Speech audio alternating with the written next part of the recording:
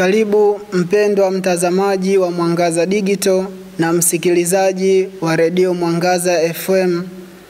Tusikilize ujumbe wa Mtakatifu Gaspari, ikiwa leo ni tarehe 18 mwezi Juni.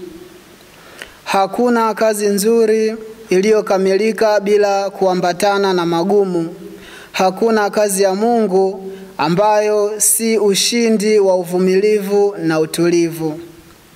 Hakuna kazi nzuri iliyokamilika bila kuambatana na magumu.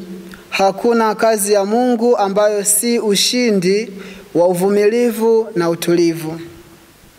Kuna methali ya Kiswahili inayosema mvumilivu hula mbivu. Kumbe leo tunakumbushwa kuwa kila kazi nzuri iliyokamilika huambatana na magumu. Tena hakuna kazi ya Mungu ambayo si ushindi wa uvumilivu. Huu ni ukweli mtupu kwamba kila kazi ya Mungu iliyofanikiwa lazima iambatane na uvumilivu.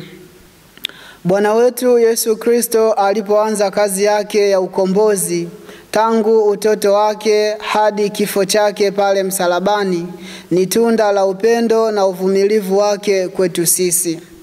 Ikumbukwe kwamba Kristo alizaliwa kwenye familia ya wazazi waliokuwa wana kipato cha chini, yaani familia ambayo uchumi wake haukuwa mzuri kulinganisha na ule wa matajiri wa wakati ule.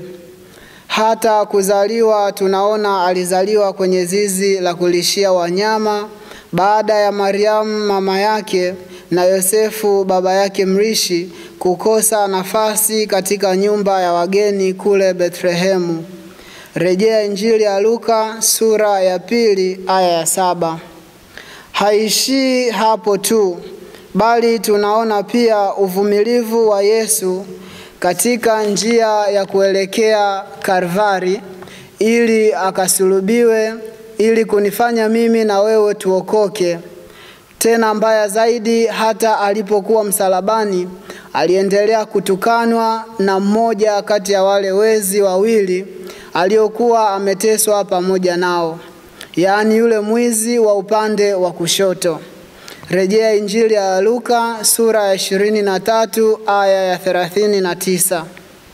Lakini Bwana alivumilia yote hayo. Kumbe ndugu zangu, tunaona kwamba uvumilivu ndio njia ya kuuendea mti wa uzima wa milele. Kama tunavyoambiwa katika Injili ya Mtakatifu Mathayo sura ya 24 aya ya 13.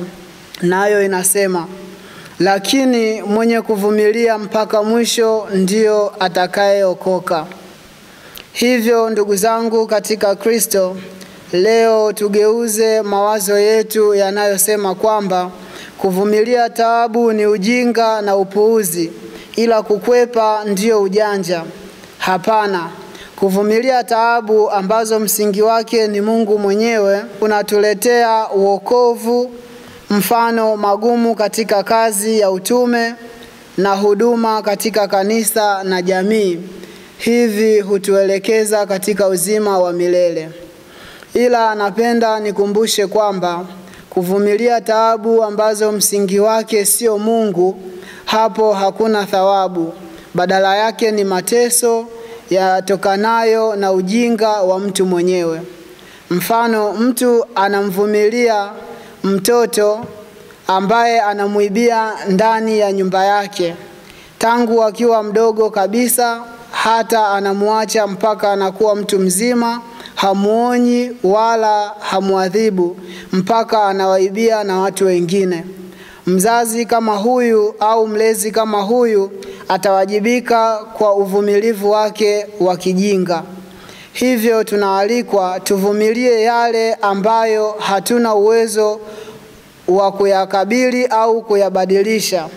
Mfano, upweke wa kuondokewa na wazazi au ulemavu wa viungo na kadhalika, ili Mungu atukuzwe na mwanadamu atakatifuzwe. Itukuzwe damu ya Kristo. Aliyekuletea tafakari hii Ni mimi Frateli Emmanuel Mluge wa shirika la wamisionari wa damu azizi ya Kristo.